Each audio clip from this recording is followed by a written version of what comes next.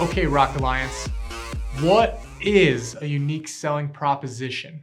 Okay, a USP for short. And the best way for me to summarize it to you is what makes you different. Now, in your local market, or doesn't matter if you're a real estate professional, you're an entrepreneur, you're a small business owner, we all have competition, right? And what happens in real estate specifically is you have a license, you sell real estate, but what else is significant about you? Like, what does the consumer get by working with you?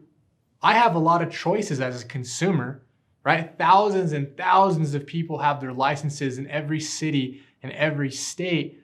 Why would I work with you, and what makes you different? Okay.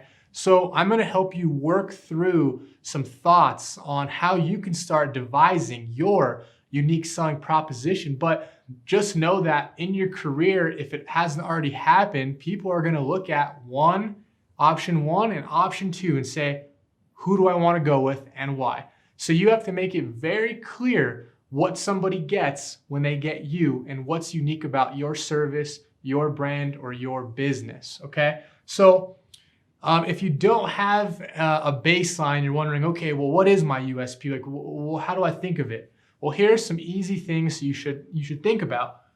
What makes you different? A lot of times, experiences you've had in your life outside of your business or even in your business, those make you unique. They're specific to you. And if you haven't gone through those experiences, it's hard to fake it, right? You've gone through them. Those are unique. Now tell that story. Use that to your advantage. Experiences that have happened or experiences you've gone through. Prior knowledge. If you're in real estate now, maybe you had a job before, maybe you had some other type of specific skill set or knowledge that you can now bring to the table and apply in real estate. Well, that makes you different. So experiences you've gone through and things you already know or skills you already have, those make you different, okay? It's time to bring those out and list them and think about, well, what are they, okay? What do you want to be the best at? So maybe you go through this and you're like, well, I don't really have any super memorable experiences, or I don't have some really tangible skill set that I can bring to the table, which is okay. I definitely started in the same position. But what do you want to be the best at? Because in real estate, there's not many things you can control, but you can always control your education. Skill or experience doesn't always equal skill. Sometimes people have been in the business for 5, 10, 15 years. It doesn't mean that you can't beat them or you can't be better than them, because you can always control how educated you are and how informed. So think about this.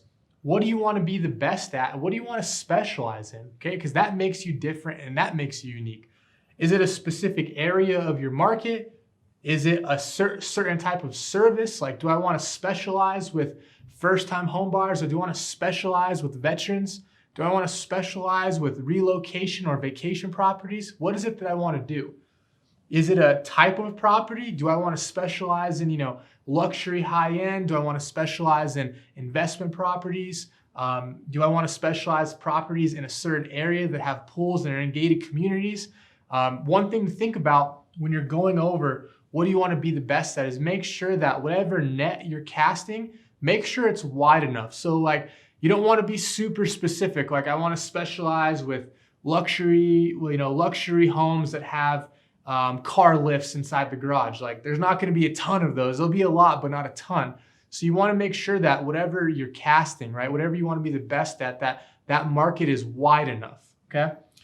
And think about this. Is there an offering? Is there something that you give or that the client gets when working with you? Well, I want you to think about this.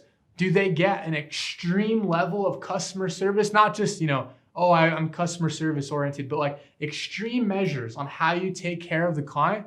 Well, that's great if you do that, but you need to make that clear in your unique selling proposition, right? You want to say, okay, what is different about this person? And what do I get if I work with them? Why should I work with them?